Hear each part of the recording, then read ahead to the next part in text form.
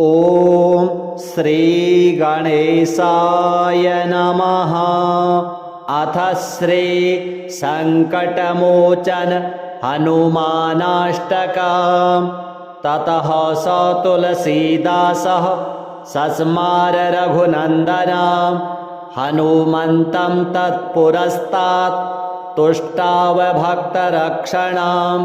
धनुर्बाणधरो वीरः सीतालक्ष्मणसंयुतः रामचन्द्रः सहायो मां किं करिष्यत्युयं मम।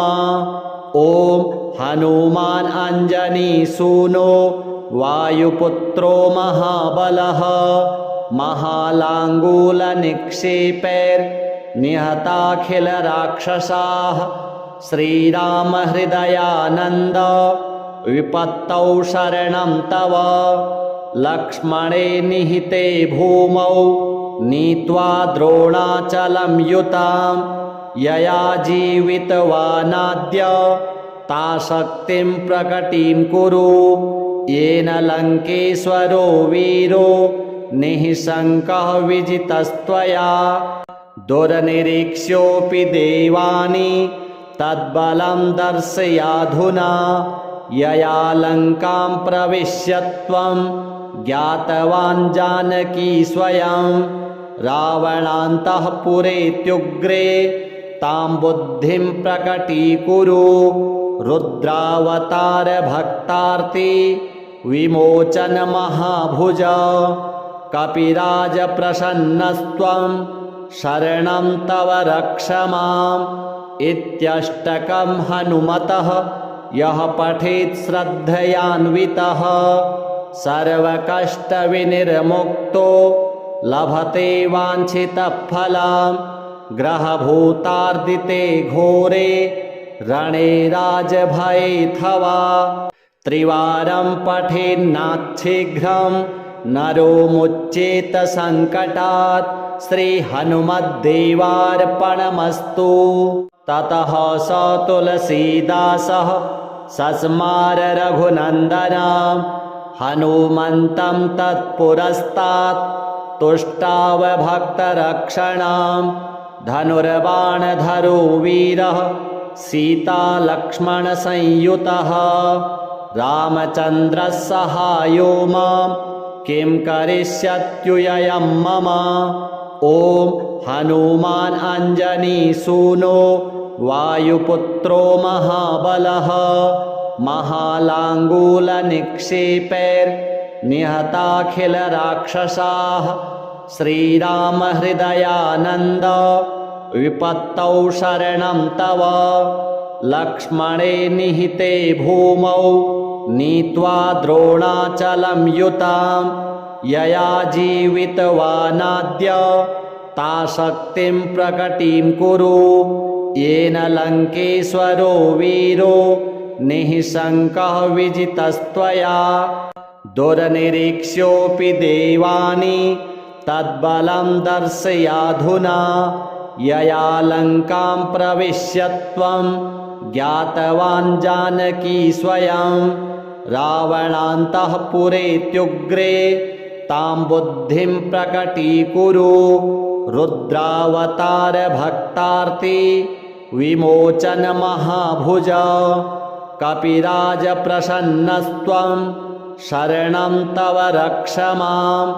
इत्यष्टकं हनुमतः यः पठेत् श्रद्धयान्वितः सर्वकष्टविनिर्मुक्तो लभते वाञ्छितफलम्। ग्रहभूतार्दिते घोरे रणे राजभयेऽथवा। त्रिवारं पठेन्नाच्छीघ्रं नरो मुच्येत सङ्कटात्। श्रीहनुमद्देवार्पणमस्तु। ततः स तुलसीदासः सस्मार रघुनन्दनं हनुमन्तं तत्पुरस्तात् तुष्टाव भक्तरक्षणां। धनुर्बाणधरो वीरः सीतालक्ष्मणसंयुतः रामचन्द्रः सहायो मां किं करिष्यत्युयं मम। ॐ हनुमान् अञ्जनीसूनो वायुपुत्रो महाबलः महालाङ्गूलनिक्षेपैर्निहताखिलराक्षसाः श्रीरामहृदयानन्द विपत्तौ शरणं तव लक्ष्मणे निहिते भूमौ नीत्वा द्रोणाचलं युतां यया जीवितवानाद्य ता शक्तिं प्रकटीं कुरु येन लङ्केश्वरो वीरो निःशङ्कः विजितस्त्वया दुर्निरीक्ष्योऽपि देवानि तद्बलं दर्शयाधुना यया लङ्कां प्रविश्य त्वं ज्ञातवान् जानकी स्वयं रावणान्तःपुरेत्युग्रे तां बुद्धिं प्रकटीकुरु रुद्रावतारभक्तार्ति विमोचनमहाभुज कपिराजप्रसन्नस्त्वं शरणं तव रक्ष माम् इत्यष्टकं हनुमतः यः पठेत् श्रद्धयान्वितः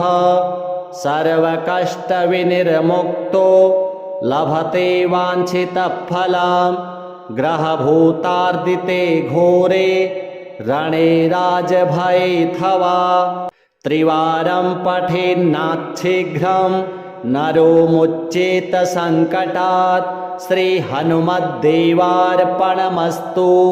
ततः स तुलसीदासः सस्मार रघुनन्दनं हनुमन्तं तत्पुरस्तात् तुष्टाव भक्तरक्षणां धनुर्बाणधरो वीरः सीतालक्ष्मणसंयुतः रामचन्द्रः सहायो मां किं करिष्यत्युयं मम ॐ हनुमान् अञ्जनीसूनो वायुपुत्रो महाबलः महालाङ्गूलनिक्षेपैर्निहताखिलराक्षसाः श्रीरामहृदयानन्द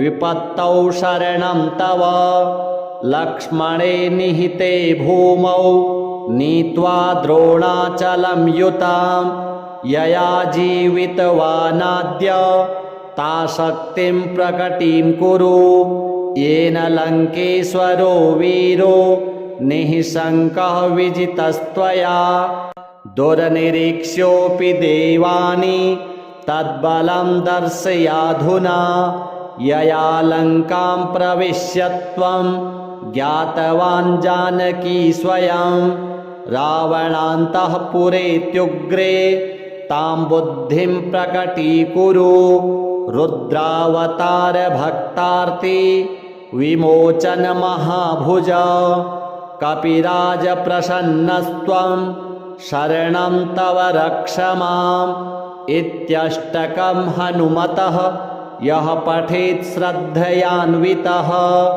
सर्वकष्टविनिर्मुक्तो लभते वाञ्छितफलं ग्रहभूतार्दिते घोरे रणे राजभयेऽथवा त्रिवारं पठेन्नाच्छीघ्रं नरो मुच्येत सङ्कटात् श्रीहनुमद्देवार्पणमस्तु।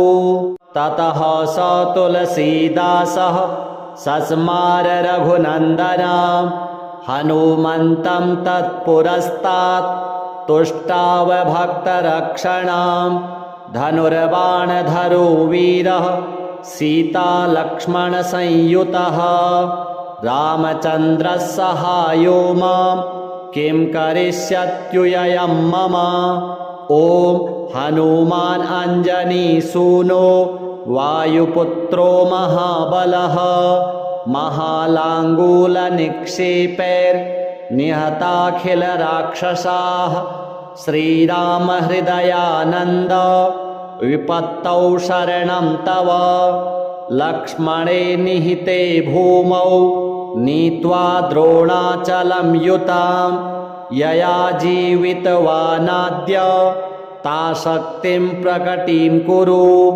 येन लङ्केश्वरो वीरो निःशङ्कः विजितस्त्वया दुर्निरीक्ष्योऽपि देवानि तद्बलं दर्शयाधुना यया लङ्कां प्रविश्य त्वं ज्ञातवान् जानकी स्वयं रावणान्तःपुरेत्युग्रे तां बुद्धिं प्रकटीकुरु रुद्रावतार भक्तार्ति विमोचन महाभुज कपिराज प्रसन्नस्त्वं शरणं तव रक्ष माम् इत्यष्टकं हनुमतः यः पठेत् श्रद्धयान्वितः सर्वकष्टविनिर्मुक्तो लभते वाञ्छितफलं ग्रहभूतार्दिते घोरे रणे राजभयेऽथवा त्रिवारं पठेन्नाच्छीघ्रं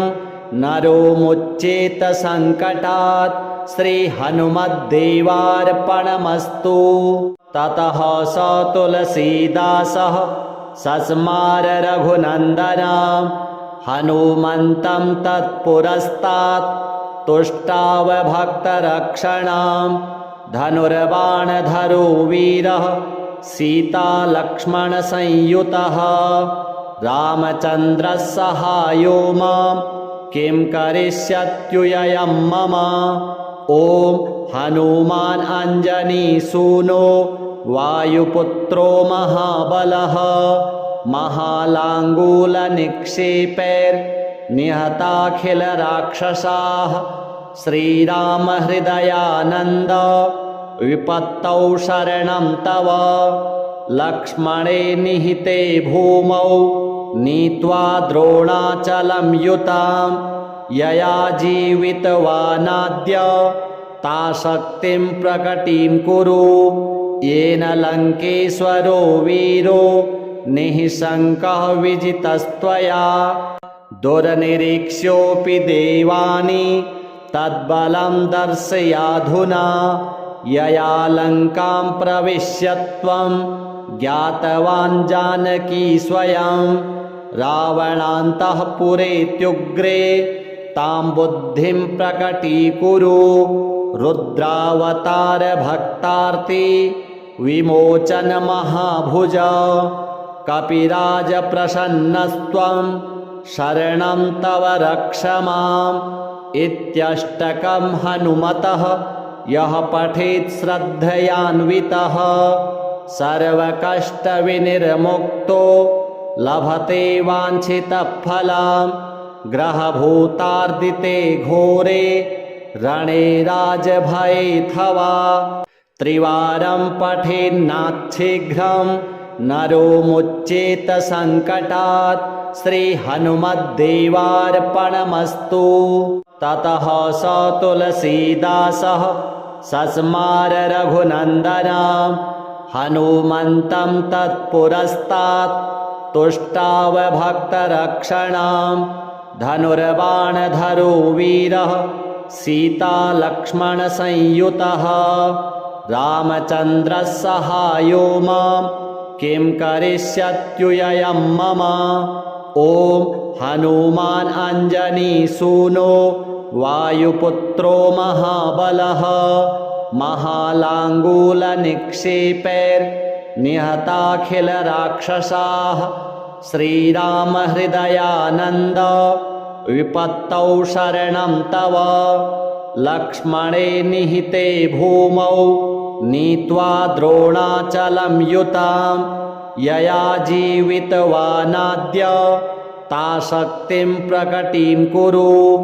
येन लङ्केश्वरो वीरो निःशङ्कः विजितस्त्वया दुर्निरीक्ष्योऽपि देवानि तद्बलं दर्शयाधुना यया लङ्कां प्रविश्य त्वं ज्ञातवान् जानकी स्वयं रावणान्तःपुरेत्युग्रे तां बुद्धिं प्रकटीकुरु रुद्रावतार भक्तार्ति विमोचन महाभुज कपिराज प्रसन्नस्त्वं शरणं तव रक्ष माम् इत्यष्टकं हनुमतः यः पठेत् श्रद्धयान्वितः सर्वकष्टविनिर्मुक्तो लभते वाञ्छितफलं ग्रहभूतार्दिते घोरे रणे राजभयेऽथवा त्रिवारं पठेन्नाच्छीघ्रं नरो मुच्येत सङ्कटात् श्रीहनुमद्देवार्पणमस्तु। ततः स तुलसीदासः सस्मार रघुनन्दनं हनुमन्तं तत्पुरस्तात् तुष्टाव भक्तरक्षणां धनुर्बाणधरो वीरः सीतालक्ष्मणसंयुतः रामचन्द्रः सहायो मां किं करिष्यत्युयं मम। ॐ हनुमान् अञ्जनीसूनो वायुपुत्रो महाबलः महालाङ्गूलनिक्षेपैर्निहताखिलराक्षसाः श्रीरामहृदयानन्द विपत्तौ शरणं तव लक्ष्मणे निहिते भूमौ नीत्वा द्रोणाचलं युतां यया जीवितवानाद्य ता शक्तिं प्रकटीं कुरु येन लङ्केश्वरो वीरो निःशङ्कः विजितस्त्वया दुर्निरीक्ष्योऽपि देवानि तद्बलं दर्शयाधुना यया लङ्कां प्रविश्य त्वं ज्ञातवान् जानकी स्वयं रावणान्तःपुरेत्युग्रे तां बुद्धिं प्रकटीकुरु रुद्रावतार भक्तार्ति विमोचन महाभुज कपिराज प्रसन्नस्त्वं शरणं तव रक्ष माम् इत्यष्टकं हनुमतः यः पठेत् श्रद्धयान्वितः सर्वकष्टविनिर्मुक्तो लभते वाञ्छितफलं ग्रहभूतार्दिते घोरे रणे राजभयेऽथवा त्रिवारं पठेन्नाच्छीघ्रं नरो मुच्येत सङ्कटात् श्रीहनुमद्देवार्पणमस्तु। ततः स तुलसीदासः सस्मार रघुनन्दनं हनुमन्तं तत्पुरस्तात् तुष्टाव भक्तरक्षणां धनुर्बाणधरो वीरः सीतालक्ष्मणसंयुतः रामचन्द्रः सहायो मां किं करिष्यत्युयं मम। ॐ हनुमान् अञ्जनीसूनो वायुपुत्रो महाबलः महालाङ्गूलनिक्षेपैर्निहताखिलराक्षसाः श्रीरामहृदयानन्द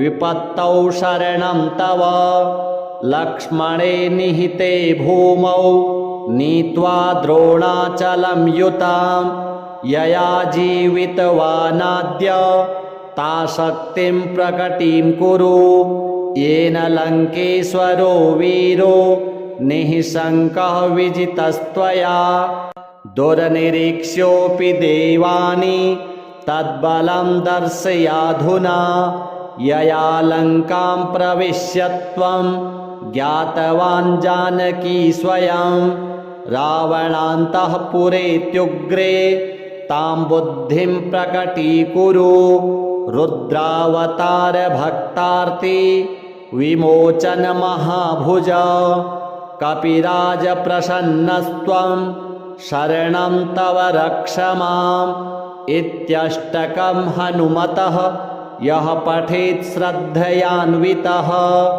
सर्वकष्टविनिर्मुक्तो लभते वाञ्छितफलं ग्रहभूतार्दिते घोरे रणे राजभयेऽथवा त्रिवारं पठेन्नाच्छीघ्रं नरो मुच्येत सङ्कटात् श्रीहनुमद्देवार्पणमस्तु। ततः स तुलसीदासः सस्मार रघुनन्दनं हनुमन्तं तत्पुरस्तात् तुष्टाव भक्तरक्षणां धनुर्बाणधरो वीरः सीतालक्ष्मणसंयुतः रामचन्द्रः सहायो मां किं करिष्यत्युययं मम। ॐ हनुमान् अञ्जनीसूनो वायुपुत्रो महाबलः महालाङ्गूलनिक्षेपैर्निहताखिलराक्षसाः। श्रीरामहृदयानन्द विपत्तौ शरणं तव। लक्ष्मणे निहिते भूमौ नीत्वा द्रोणाचलं युतां यया जीवितवानाद्य ताशक्तिं प्रकटीं कुरु।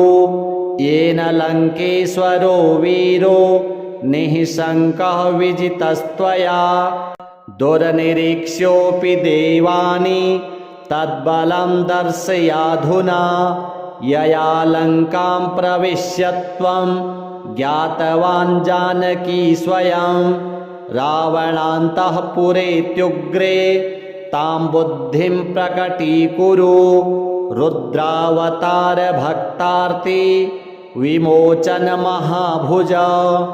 कपिराजप्रसन्नस्त्वं शरणं तव रक्ष माम्। इत्यष्टकं हनुमतः यः पठेत् श्रद्धयान्वितः सर्वकष्टविनिर्मुक्तो लभते वाञ्छितफलम्। ग्रहभूतार्दिते घोरे रणे राजभयेऽथवा। त्रिवारं पठेन्नाच्छीघ्रं नरो मुच्येत सङ्कटात्। श्रीहनुमद्देवार्पणमस्तु। ततः स तुलसीदासः सस्मार रघुनन्दनं हनुमन्तं तत्पुरस्तात् तुष्टाव भक्तरक्षणां। धनुर्बाणधरो वीरः सीतालक्ष्मणसंयुतः रामचन्द्रः सहायो मां किं करिष्यत्युययं मम। ॐ हनुमान् अञ्जनीसूनो वायुपुत्रो महाबलः महालाङ्गूलनिक्षेपैर्निहताखिलराक्षसाः। श्रीरामहृदयानन्द विपत्तौ शरणं तव। लक्ष्मणे निहिते भूमौ नीत्वा द्रोणाचलं युतां यया जीवितवानाद्य ताशक्तिं प्रकटीं कुरु। येन लङ्केश्वरो वीरो निःशङ्कः विजितस्त्वया। दुर्निरीक्ष्योऽपि देवानि तद्बलं दर्शयाधुना। यया लङ्कां प्रविश्य त्वं ज्ञातवान् जानकी स्वयं।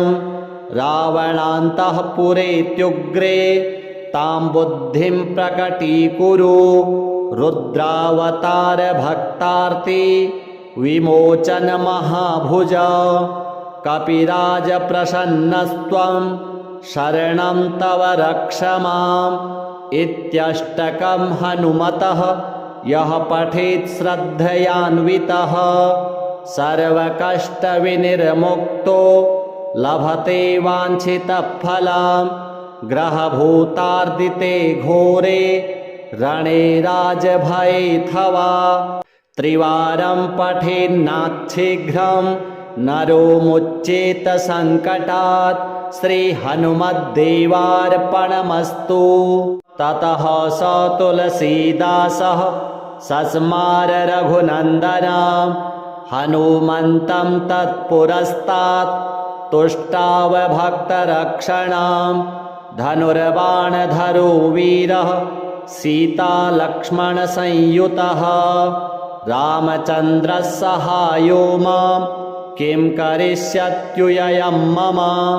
ॐ हनुमान् अञ्जनीसूनो वायुपुत्रो महाबलः महालाङ्गूलनिक्षेपैर्निहताखिलराक्षसाः। श्रीरामहृदयानन्द विपत्तौ शरणं तव।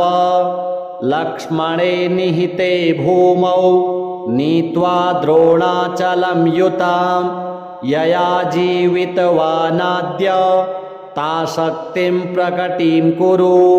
येन लङ्केश्वरो वीरो निःशङ्कः विजितस्त्वया दुर्निरीक्ष्योऽपि देवानि तद्बलं दर्शयाधुना यया लङ्कां प्रविश्य त्वं ज्ञातवान् जानकी स्वयं रावणान्तःपुरेत्युग्रे तां बुद्धिं प्रकटीकुरु रुद्रावतार भक्तार्ति विमोचन महाभुज कपिराज प्रसन्नस्त्वं शरणं तव रक्ष माम् इत्यष्टकं हनुमतः यः पठेत् श्रद्धयान्वितः सर्वकष्टविनिर्मुक्तो लभते वाञ्छितफलं ग्रहभूतार्दिते घोरे रणे राजभयेऽथवा त्रिवारं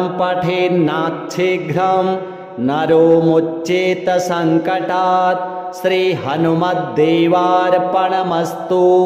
ततः स तुलसीदासः सस्मार रघुनन्दनं हनुमन्तं तत्पुरस्तात् तुष्टाव भक्तरक्षणां धनुर्बाणधरो वीरः सीतालक्ष्मणसंयुतः रामचन्द्रः सहायो मां किं करिष्यत्युयं मम ॐ हनुमान् अञ्जनीसूनो वायुपुत्रो महाबलः महालाङ्गूलनिक्षेपैर्निहताखिलराक्षसाः श्रीरामहृदयानन्द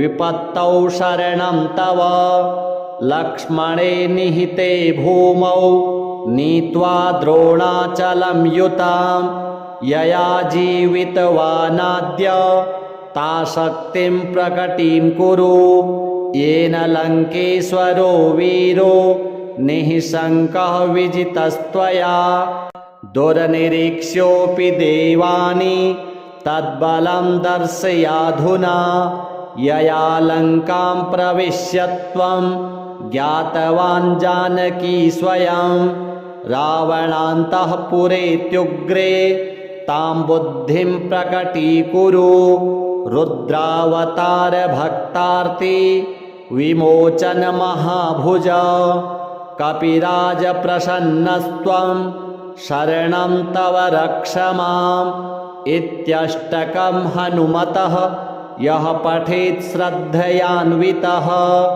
सर्वकष्टविनिर्मुक्तो लभते वाञ्छितफलं ग्रहभूतार्दिते घोरे रणे राजभयेऽथवा त्रिवारं पठेन्नाच्छीघ्रं नरो मुच्येत सङ्कटात् श्रीहनुमद्देवार्पणमस्तु।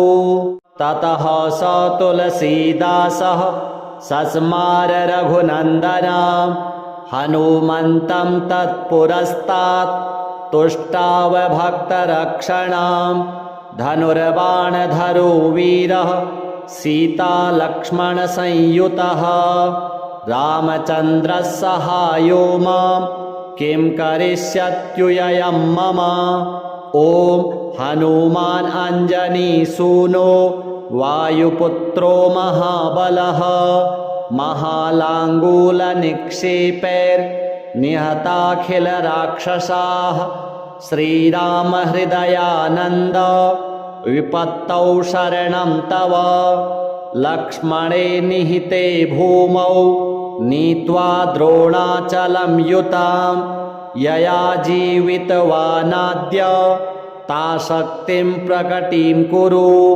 येन लङ्केश्वरो वीरो निःशङ्कः विजितस्त्वया दुर्निरीक्ष्योऽपि देवानि तद्बलं दर्शयाधुना यया लङ्कां प्रविश्य त्वं ज्ञातवान् जानकी स्वयं रावणान्तःपुरेत्युग्रे तां बुद्धिं प्रकटीकुरु रुद्रावतार भक्तार्ति विमोचन महाभुज कपिराज प्रसन्नस्त्वं शरणं तव रक्ष माम् इत्यष्टकं हनुमतः यः पठेत् श्रद्धयान्वितः सर्वकष्टविनिर्मुक्तो लभते वाञ्छितफलम् ग्रहभूतार्दिते घोरे रणे राजभयेऽथवा त्रिवारं पठेन्नाच्छीघ्रं नरो मुच्येत सङ्कटात् श्रीहनुमद्देवार्पणमस्तु।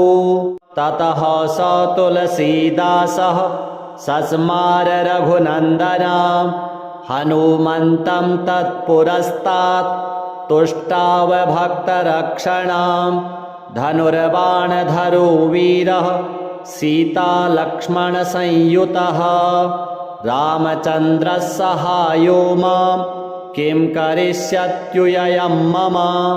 ॐ हनुमान् अञ्जनीसूनो वायुपुत्रो महाबलः महालाङ्गूलनिक्षेपैर्निहताखिलराक्षसाः श्रीरामहृदयानन्द विपत्तौ शरणं तव लक्ष्मणे निहिते भूमौ नीत्वा द्रोणाचलं युतां यया जीवितवानाद्य ता शक्तिं प्रकटीं कुरु येन लङ्केश्वरो वीरो निःशङ्कः विजितस्त्वया दुर्निरीक्ष्योऽपि देवानि तद्बलं दर्शयाधुना यया लङ्कां प्रविश्य त्वं ज्ञातवान् जानकी स्वयं रावणान्तःपुरेत्युग्रे तां बुद्धिं प्रकटीकुरु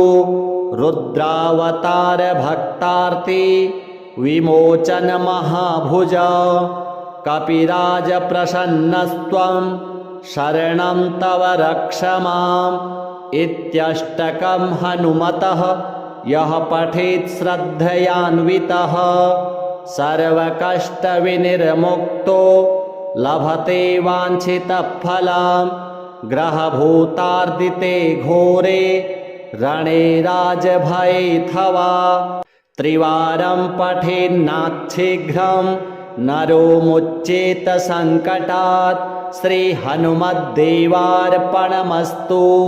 ततः स तुलसीदासः सस्मार रघुनन्दनं हनुमन्तं तत्पुरस्तात् तुष्टाव भक्तरक्षणां धनुर्बाणधरो वीरः सीतालक्ष्मणसंयुतः रामचन्द्रः सहायो मां किं करिष्यत्युयं मम।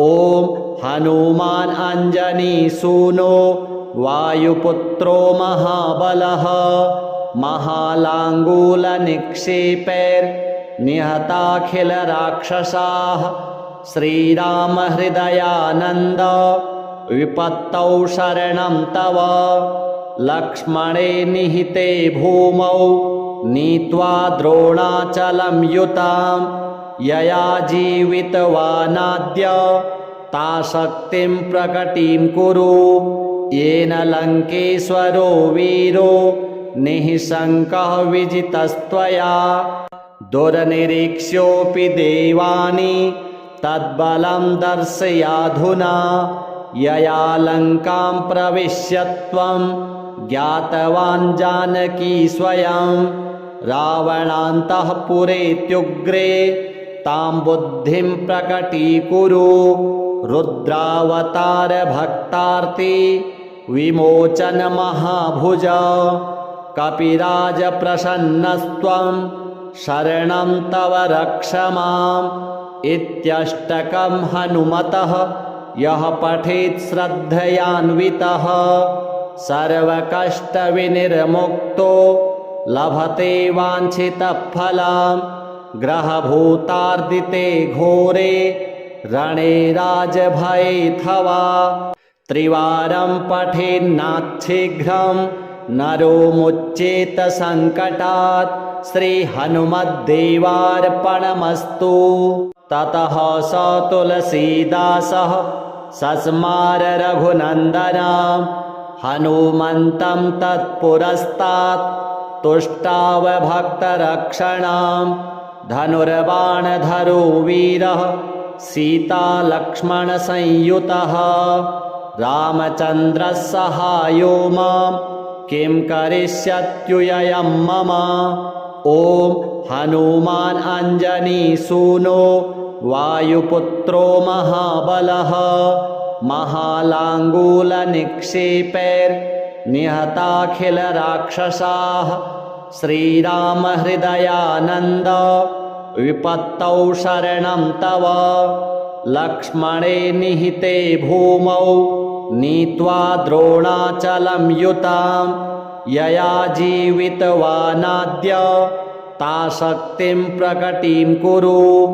येन लङ्केश्वरो वीरो निःशङ्कः विजितस्त्वया दुर्निरीक्ष्योऽपि देवानि तद्बलं दर्शयाधुना यया लङ्कां प्रविश्य त्वं ज्ञातवान् जानकी स्वयं रावणान्तःपुरेत्युग्रे तां बुद्धिं प्रकटीकुरु रुद्रावतारभक्तार्ति विमोचनमहाभुज कपिराजप्रसन्नस्त्वं शरणं तव रक्ष माम् इत्यष्टकं हनुमतः यः पठेत् श्रद्धयान्वितः सर्वकष्टविनिर्मुक्तो लभते वाञ्छितफलं ग्रहभूतार्दिते घोरे रणे राजभयेऽथवा त्रिवारं पठेन्नाच्छीघ्रं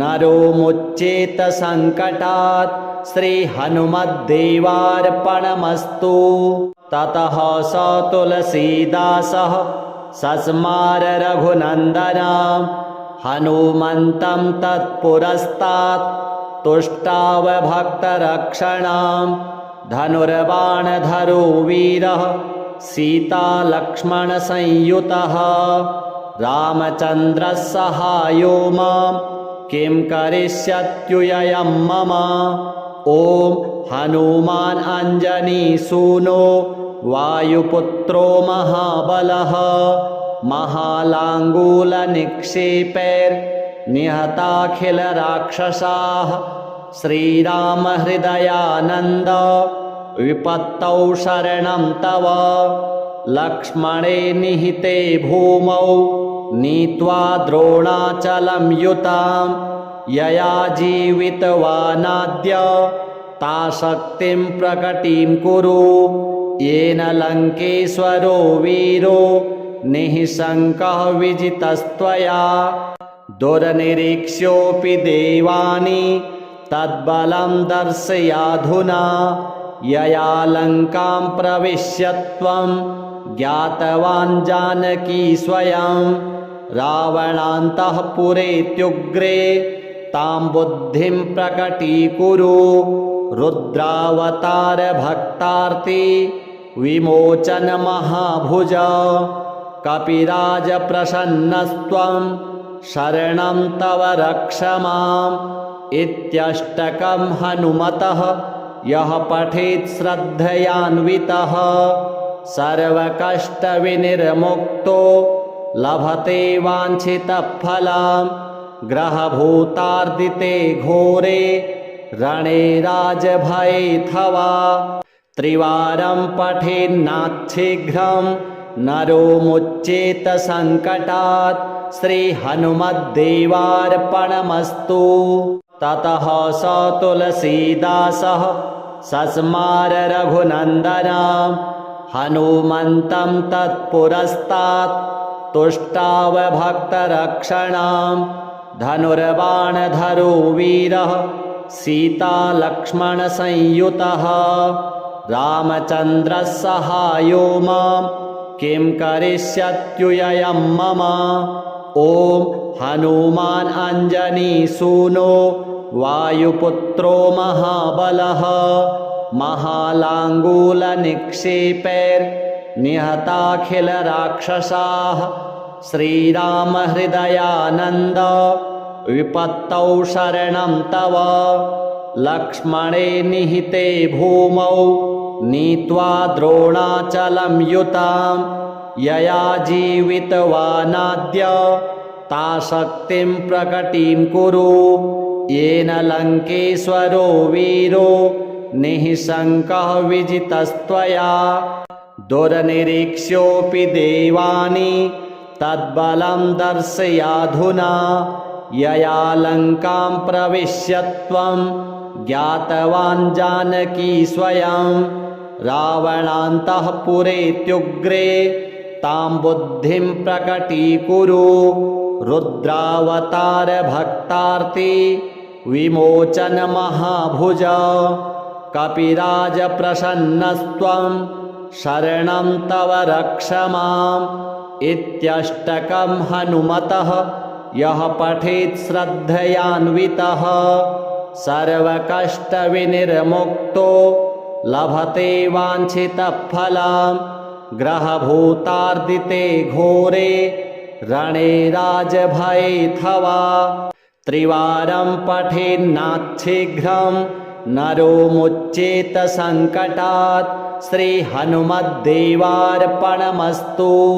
ततः स तुलसीदासः सस्मार रघुनन्दनं हनुमन्तं तत्पुरस्तात् तुष्टाव भक्तरक्षणां धनुर्बाणधरो वीरः सीतालक्ष्मणसंयुतः रामचन्द्रः सहायो मां किं करिष्यत्युयं मम ॐ हनुमान् अञ्जनीसूनो वायुपुत्रो महाबलः महालाङ्गूलनिक्षेपैर्निहताखिलराक्षसाः श्रीरामहृदयानन्द विपत्तौ शरणं तव लक्ष्मणे निहिते भूमौ नीत्वा द्रोणाचलं युतां यया जीवितवानाद्य ता शक्तिं प्रकटीं कुरु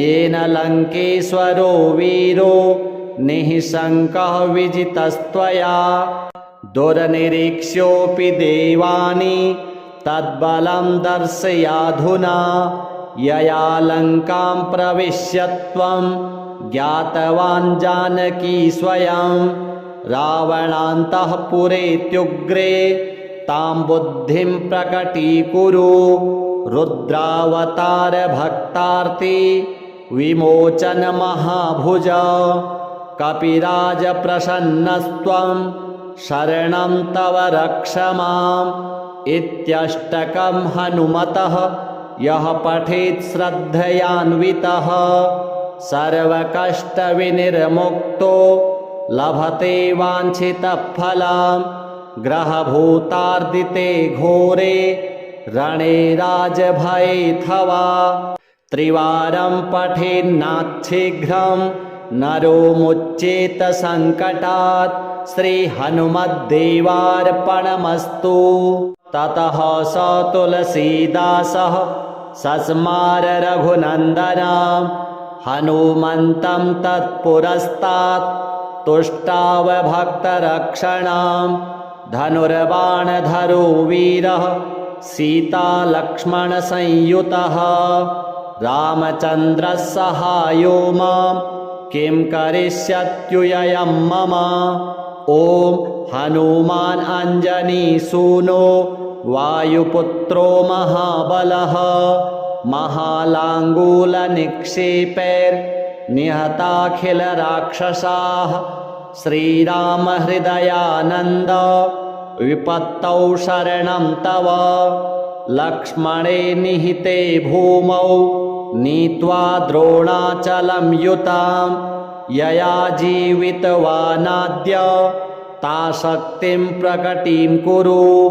येन लङ्केश्वरो वीरो निःशङ्कः विजितस्त्वया दुर्निरीक्ष्योऽपि देवानि तद्बलं दर्शयाधुना यया लङ्कां प्रविश्य त्वं ज्ञातवान् जानकी स्वयं रावणान्तःपुरेत्युग्रे तां बुद्धिं प्रकटीकुरु रुद्रावतारभक्तार्ति विमोचनमहाभुज कपिराज प्रसन्नस्त्वं शरणं तव रक्ष माम् इत्यष्टकं हनुमतः यः पठेत् श्रद्धयान्वितः सर्वकष्टविनिर्मुक्तो लभते वाञ्छितफलं ग्रहभूतार्दिते घोरे रणे राजभयेऽथवा त्रिवारं पठेन्नाच्छीघ्रं